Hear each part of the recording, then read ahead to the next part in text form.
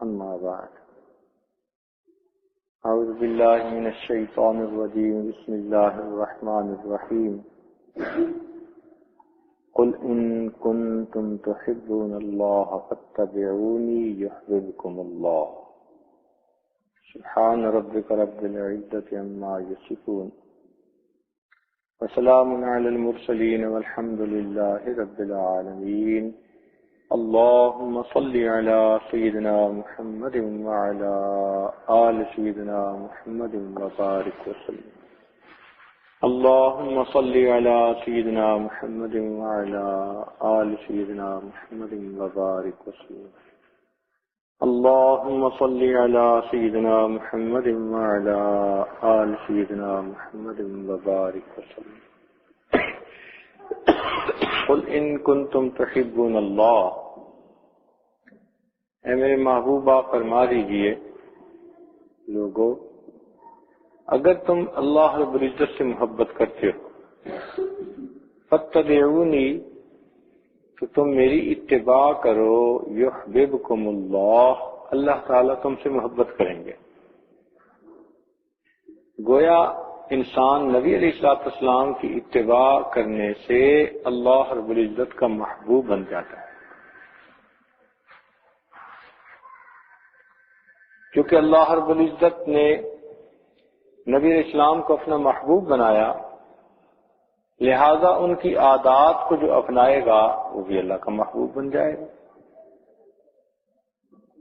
نبی علیہ السلام کے قول کو حدیث کہتے ہیں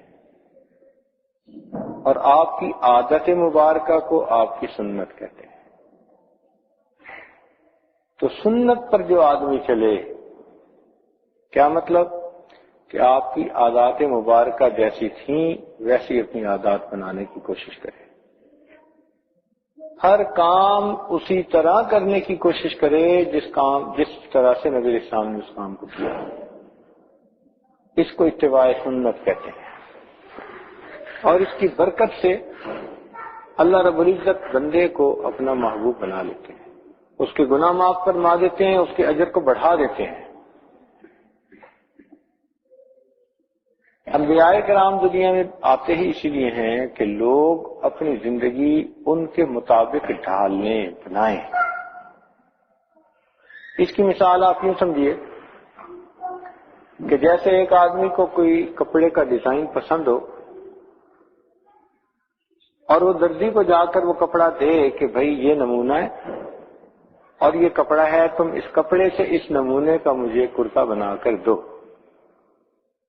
اب جب وہ واپس لے گا تو تبھی پسند کرے گا، قبول کرے گا جب کہ اس کا بنا ہوا کپڑا نمونے کے بالکل مطابق ہو۔ اور اگر نمونے کے مطابق نہیں تو وہ غصے ہوگا کہ آپ نے کیوں کام خراب کیا۔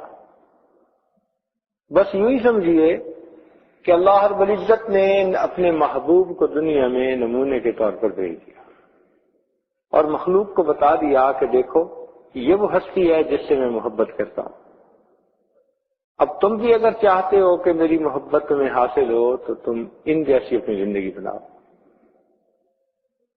لہذا قیامت کے دن اللہ رب العزت ہر بندے کی زندگی کو پرکھیں گے کہ وہ سنت کے مطابق ہے یا نہیں۔ اگر ہوگی تو قابل قبول، اور اگر سنت کے مطابق نہیں ہوگی تو اللہ تعالیٰ اس کو ٹھوکر لگا دے۔ تو لیٹے بیٹھے چلتے پھرتے ہر کام ہم نے نبی علیہ السلام کے طریقے کے مطابق کرنا ہے، حتیٰ کہ ہمارا بیٹھنا، اٹھنا، چلنا پھرنا، بولنا، کھانا پینا، گفتار، رفتار، کردار، ہر چیز سنت کے مطابق ہو جائے، یہ ہماری کیفیت ہو جائے۔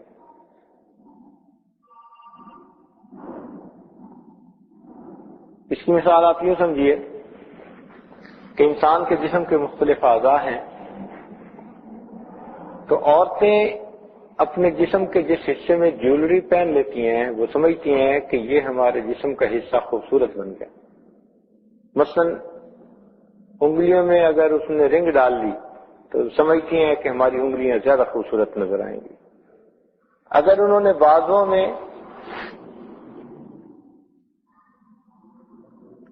چوڑیاں لے لی سونے کی تو وہ سمجھتی ہیں کہ اب بازو خوبصورت لگیں گے، گلے میں کوئی ہار ڈال لیا سمجھتی ہیں گلا خوبصورت نظر آئے، اسی طرح کانوں میں کوئی زیور ڈال لیا کان خوبصورت، تو وہ یوں محسوس کرتی ہیں کہ جسم کے جس عضو پر ہم نے زیور سجا لیا وہ عضو زیادہ خوبصورت نظر آئے۔ بالکل اسی طرح مومن اپنے جسم کے جس عضو پر نبی اسلام کی سنت کو سجا لیتا ہے اس کا وہ عضو اللہ کی نظر میں محبوب بن جاتا ہے۔ چنانچہ جس نے جس بھی سنت پر عمل کیا، مثلا اس نے سر کے بالوں میں کنگھی کرنی ہے، اب اگر وہ درمیان میں سے مانگ نکالتا ہے سنت کے مطابق تو اب اس کا سر اچھا لگ گیا، اللہ تعالیٰ کی نظر میں پسندیدہ ہو گیا۔ اگر وہ رات کو سرما ڈالتے ہیں آنکھوں میں، آنکھیں پسندیدہ ہو گئی۔ اگر وہ مسواک کرتا ہے باقاعدگی کے ساتھ تو منہ خوبصورت ہو گیا۔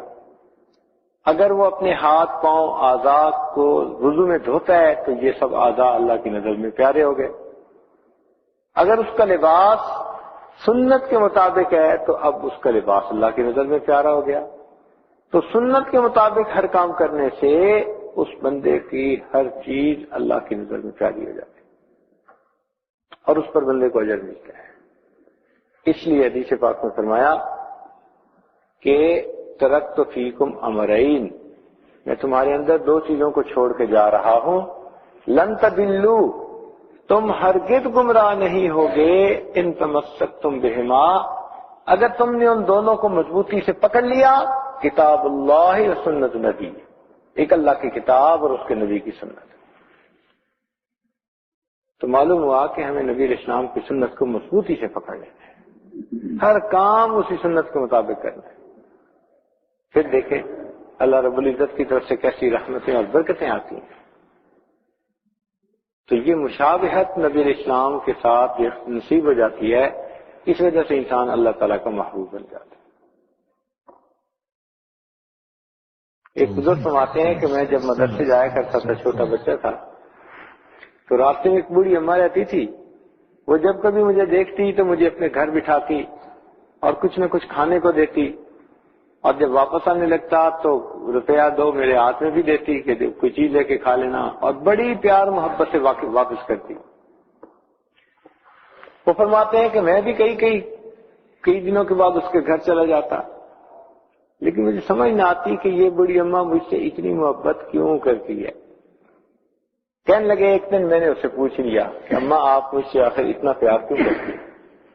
تو اس بڑھیا کی آنکھوں میں آنسو آ گئے، کہنے لگی بیٹا پیار اس لیے کرتی ہوں کہ ایک میرا بیٹا تھا جو جوانی کی عمر میں فوت ہو گیا، اور تمہاری شکل بالکل میرے اس بیٹے کے مطابق ہے۔ جب تم میرے سامنے آتے ہو مجھے اپنا بیٹا یاد آتا ہے، میں اسے بھی کھانا کھلایا کرتی تھی، تو جب میری محبت جوش مارتی ہے تو میں پھر تمہیں اپنے گھر میں بلا کے کھانا کھلاتی ہوں، میں یوں سمجھتی ہوں جیسے میں اپنے اسی بیٹے کو کھانا کھلاؤں۔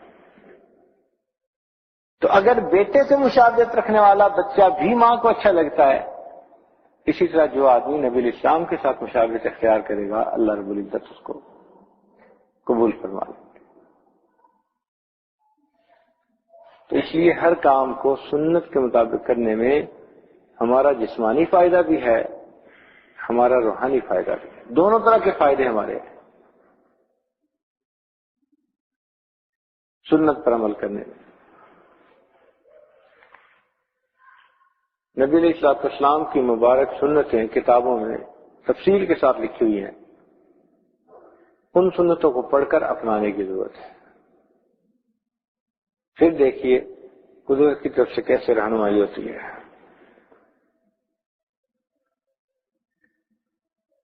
آپ نے دیکھا ہوگا دنیا میں لوگ کوئی چیز خریدتے ہیں نا تو ان کو برانڈ کا بڑا کئی دفعہ چسکا ہوتا ہے۔ مثال کے طور پر کسی خاص کمپنی کی کوئی چیز پسند ہے تو وہ کہیں گے بس مجھے یہی چاہیے، اس کو کہتے ہیں برانڈ لائلٹی۔ قیامت کے دن بھی یہی ہوگا، اللہ تعالیٰ فرما دیں گے کہ بس مجھے وہ عمل چاہیے جس پر میرے محبوب کی سنت کی مہر لگی ہوئی ہے، اس کے علاوہ جو عمل ہوگا اللہ تعالیٰ اس کو ٹھوکر لگا دیں گے۔ تو دعا ہے اللہ تعالیٰ ہمیں ہر عمل میں، ہر کام میں سنت نبوی کے مطابق زندگی گزارنے کی توفیق نصیب کرنا۔ اور یہ کام مشکل نہیں ہے، کام بہت آسان ہے، اور اس کی وجہ سے انسان کو دنیا آخرت میں عزتیں ملتی ہیں۔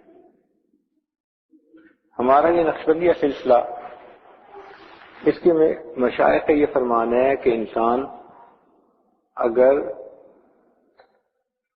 محنت کرے اور ساتھ اتباع سنت کو اختیار کرے تو کثرت ذکر سے اور اتباع سنت سے، دو چیزوں سے اللہ تعالیٰ اس کے دل کو جلدی نورانی بنا دیتے ہیں، اس کا دل بہت جلدی نورانی بن جاتا ہے۔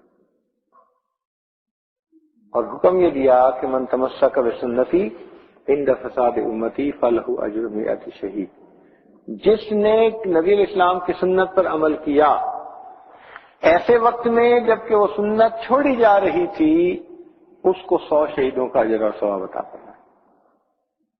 تو ایک ایک سنت کو زندہ کرنے پر 100 شہیدوں کا ثواب ملے گا۔ اسی لیے ہمارے نقشبندیہ سلسلہ میں اتباع سنت پر بہت زور دیتے ہیں۔ اچھا، اب یہ بات ذہن میں رکھیں کہ کچھ کام تو ایسے ہیں کہ جو ہم نے کرنے ہی ہوتے ہیں، مثلا پانی پینا ہے تو بجائے ایک سانس میں پینے کے بہتر نہیں ہے کہ 3 سانس میں سنت کے مطابق پی لیں؟ پانی تو پینا ہی ہے، سنت کے مطابق پی لیں گے تو مفت کا اجر۔ کھانا تو کھانا ہی ہے لیکن سنت کے مطابق دعائیں پڑھ کے کھا لیں گے تو ہمیں اجر۔ تو اس لیے نبی اسلام کی مبارک سنتوں کو ڈھونڈ کے اس پر عمل کرنے کی ضرورت ہے۔